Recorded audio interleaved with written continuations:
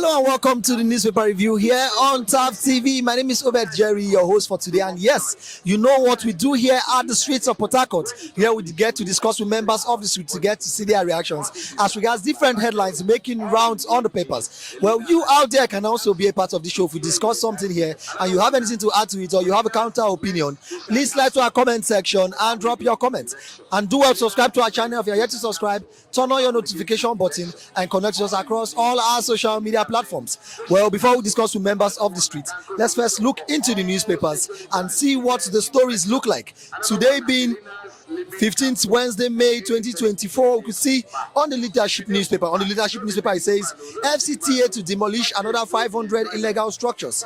Details is found on page 17. Protest in Kaduna over Chibok, Dapchi girls. Details is found on page 12. The main story here reads, despite PIA, petrol import monopoly persists as forex crisis frustrates marketers. Details is found on page 6. 80 residents missing after bandits attack Katsina community. Details is found on page 7. Airport access fees, no more VIPs, everybody must pay, federal government declares. Details of this story is found on page 6. Buni appoints late Emir of Takiu's son as successor. Details is found on page 18. iSwap's founder's son surrenders in Borno. Details of this story is found on page 18. ASU issues fresh ultimatum over Varsity Governing Council. Details is found on page 7. Federal government bows to pressure, suspend cybersecurity levy. Interesting. Details is found on page 7. And that's all be taken on the leadership newspaper. All right, then moving on, we'll be looking at the Nation's newspaper. You could see as headline says, Speaker lashes minister for opposing plan to marry off 100 girls. Details is found on page 6. Soludo felicitates Obi of Onisha Achebe at 83. Details is found on page 4. Eno orders council chairman to submit scorecard. Details is found on page 5. ASU threatens shutdown over absence of governing councils. Sub-story under that reads, Varsities running without board for 11 years. Details is found on page 4. Fubara says, my government bogged down by Wike project's debt. Details is found on page 2. The main story here reads, Minister, electricity tariff hike reversal with the rail reform plan. Details of this story is found on page 7. Explosion rocks SPDC gas plant at Bayelsa. Details is found on page 2. 2 YPP lawmakers join Labour Party in Abia. Details is found on page 5, and that's all be taken on the Nation's newspaper. And lastly, we'll be looking at the Punch newspaper. You could see it says, Policy Blitz. Tinubu unveils 21 major initiatives after marathon FEC meeting.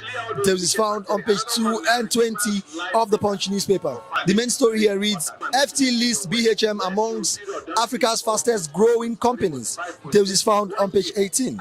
The main story on the Punch reads, EFCC raids speculators as Naira drops to 1,540 Naira per dollar. Sub-story under that reads, illegal BDC operators, speculators raided in Lagos, Abuja, PH, Kano. Details is found on page 17. Minimum wage, Labour insists on May 31 deadline. Details is found on page 7. JAMB releases more UTME results. Details of this story is found on page 25. Marketers ordered to open pump for CNG vehicles. Details is found on page 18. 2 Reverend sisters remanded for illegal child adoption. Details of this story is found on page 4 and 5. Lastly, it says Fubara tackles Wike over Rivers heavy debts. Details is found on page 25, and that's all be taken on the Punch newspaper. Now let's get to see the reactions of people on the streets. Let's get to hear what they have to say as regard these headlines on the newspaper. Stay tuned. All right, good morning. Good morning. Welcome. It's good to have you here. Yeah, good morning, bro. Now you are a very young, vibrant man, and it's related to Naira and our cryptocurrency. A story on the Punch says EFCC raids speculators as Naira drops to 1,540 Naira per dollar.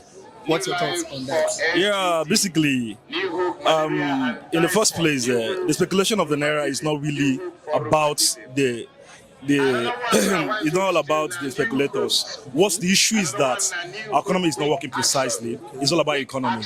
But economy is working with the supply and the demands. That is what the economics works. So now, currently right now, Nigeria is not producing anything, which you know about that. They are not producing anything. Now, how does economic works?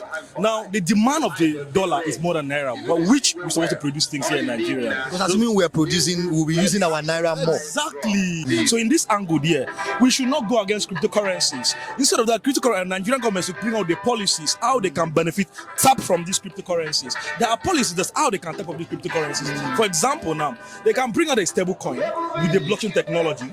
You understand? Exactly, whereby CBN charge maybe 1 naira per transactions. Every transactions. With that volume, they can have billions of naira or billions of dollars every day. You understand? With that, you can at least also be buying naira to buy dollars. With that, you can also have a liquidity you can use to boost Nigerian economy. So that is that. So it will flow.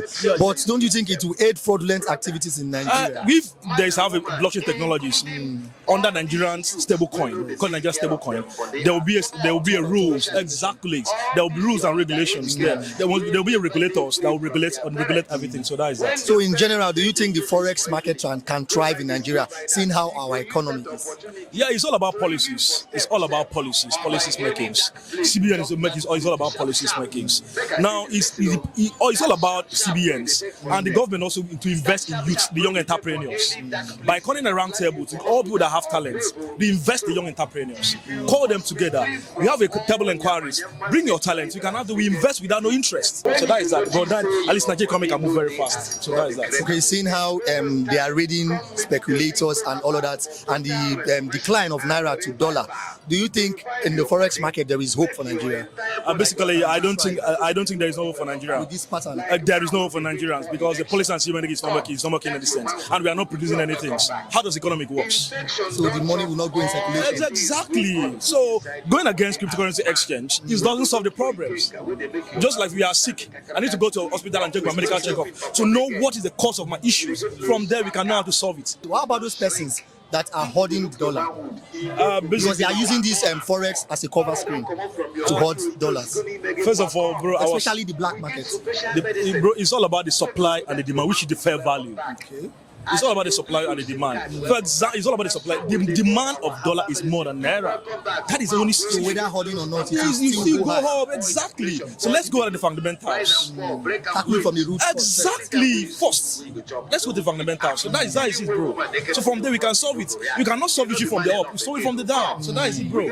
All right. Thank you very much. Thank you so much. All right. Good morning. Good morning. Welcome. It's good to have you here again. On the Nations, there's a story that says Fubara is saying my government boxed down by Wike's project debt. First, do you think this is true that Wike left a huge debt? By the left, by the right, by the center. It's quite unfortunate. At this point in time, what I expected His Excellency to do at this point in time is to appreciate his predecessor, despite the hurdles of the election. This man stood his ground to support his election. Not only supporting his election, he confirmed his election victory. I think there is a conflicting idea on the side of His Excellency Fubara. He needs to go back to the drawing board, go back to the archive of how he became the governor. Some political psychophants who have deliberately orchestrated this internal crisis to soil his good relationship with his master. In as much we are concerned as Rivers people, we know what played in Rivers politics. And Wike's prominent role can never be underestimated for Fubara emergence as governor of Rivers State. At this point in time, I'm appealing and advising the governor of Rivers State to consolidate on the blueprints of his predecessor, Wike, to take Rivers State to the enviable heights where the state needs to be, rather than making these hasty comments.